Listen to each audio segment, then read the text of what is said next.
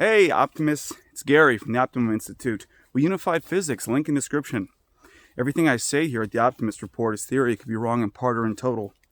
What I want to talk about in this episode is the history of democracy and how it relates to Andrew Yang. How Andrew Yang is going to start a new golden age for the West.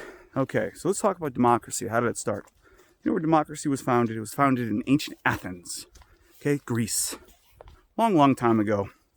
So back then, ancient Athens was ruled by kings and an aristocracy. It was a land-owned aristocracy. There was a few people who owned all the land, and they made all the rules. And there were all these poor people who were always just begging for scraps. And that's how it was.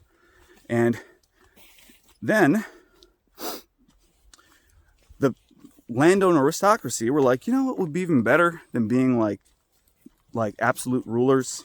Just living in a nice place where we didn't always have to worry about uprisings with people trying to kill us and for our stuff because because of the discrepancy between rich and poor. You know, it would be better. But no one really knew the correct solution. No one could figure it out, you know? So there was always revolts always going on. And then one day, I want to get the name right. The Greek names are kind of hard to read sometimes. So Pisistratus, I'll get better at this. This is a story I'm going to start telling more and more. I'll get better and better every time I tell it. So Pisistratus one day was like, I got a better idea. He's like, there's no way that I can convince these people without some kind of magic. So one day he rode into town. Did he ride on a horse? I don't know. But he went into town and he had this beautiful tall woman with him. And he said, people, Athenians, this is Athena, the goddess Athena, right? Athens was named after Athena, the goddess. And he said, I have Athena here with me. She was really just a really tall girl from a local tribe. But he was telling the story, right? And he's like, I have Athena, and she says I should be king. I've got some ideas. I should be the leader. And they're like, oh, he's got Athena with him. Okay, let's do it. So basically, Pisistratus, this is how he seized power. He was the first tyrant. And tyrant didn't have a negative connotation there. It was used to describe somebody who just took power. They just kind of took it. And that's what he did. He wrote it and he just took it. And all of a sudden he's the boss, right? He's the boss because he used this clever trick. But here's the thing. He was a good boss. He was good. So here's what he did.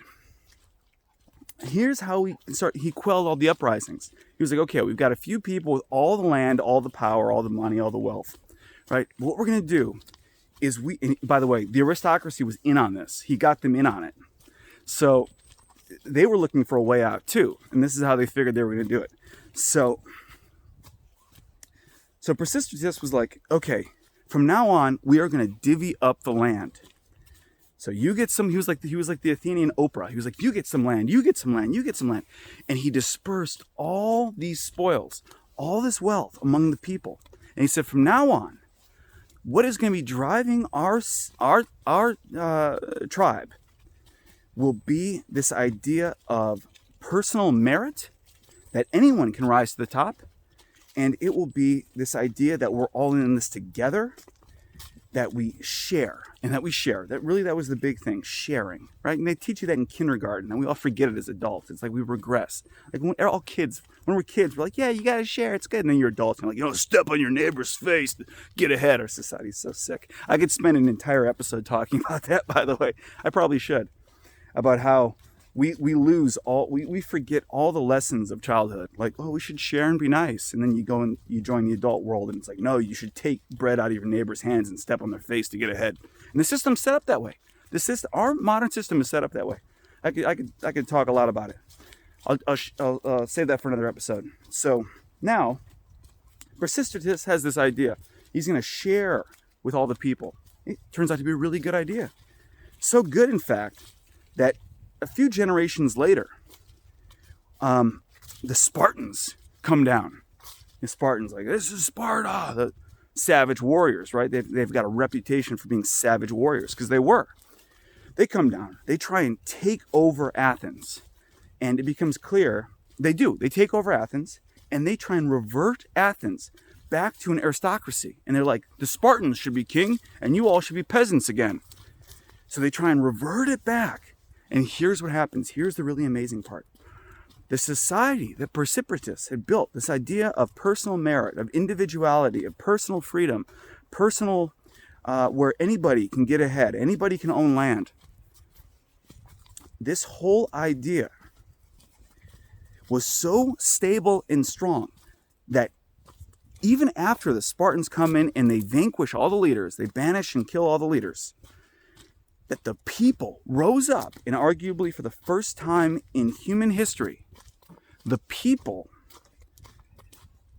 won their own freedom back from tyranny.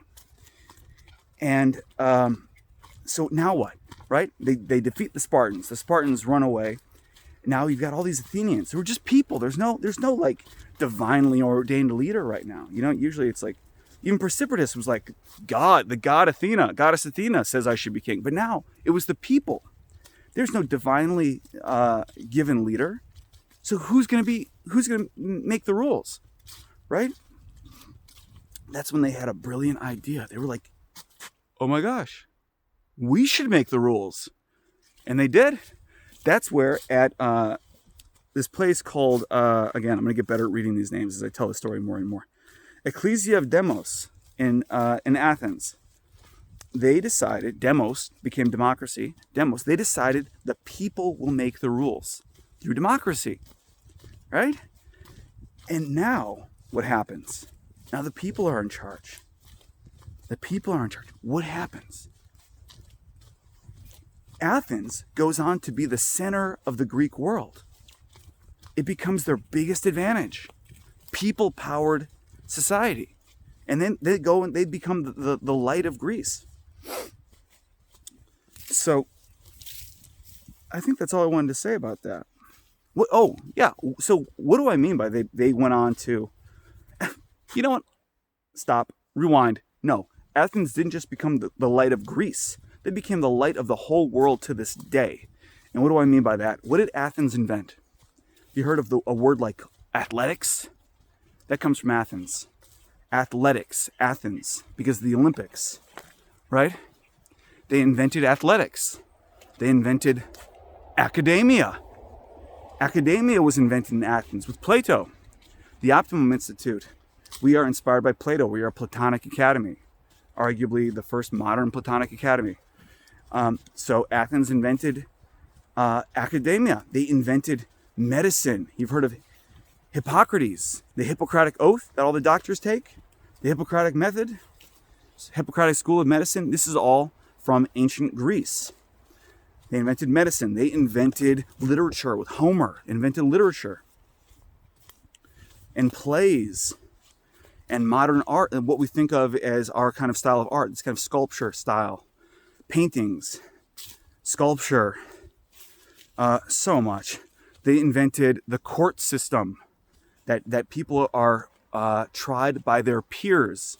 This was a new idea. So they invented the court system. They invented the idea of a library, that the people should all be smart. So let's have a public library where everyone's smart. They invented all of this. How amazing is that? And they invented it all over a pretty short period of time.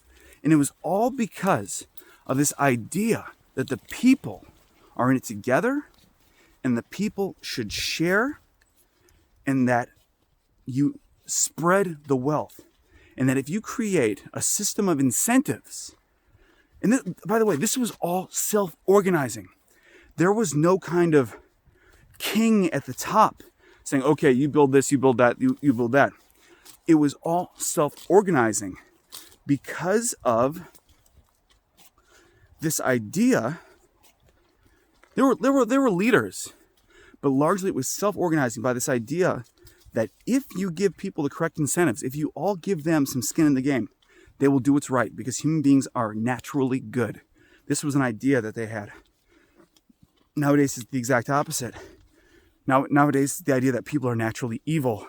They need someone dictating to them. I strongly disagree. Strongly. If you give people incentive, so they have an alignment of incentives, people will self-organize their own society. Now, how does this tie into Andrew Yang. Andrew Yang's idea of universal, and by the way, it's not his idea, universal basic income. This idea of universal basic income is the greatest alignment of incentives since democracy. It's what Precipitous, I would argue, was trying to do.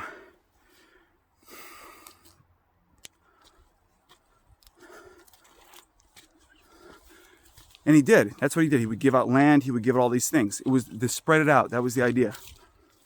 So universal basic income takes 10% cut from any gain and just shares it with everybody.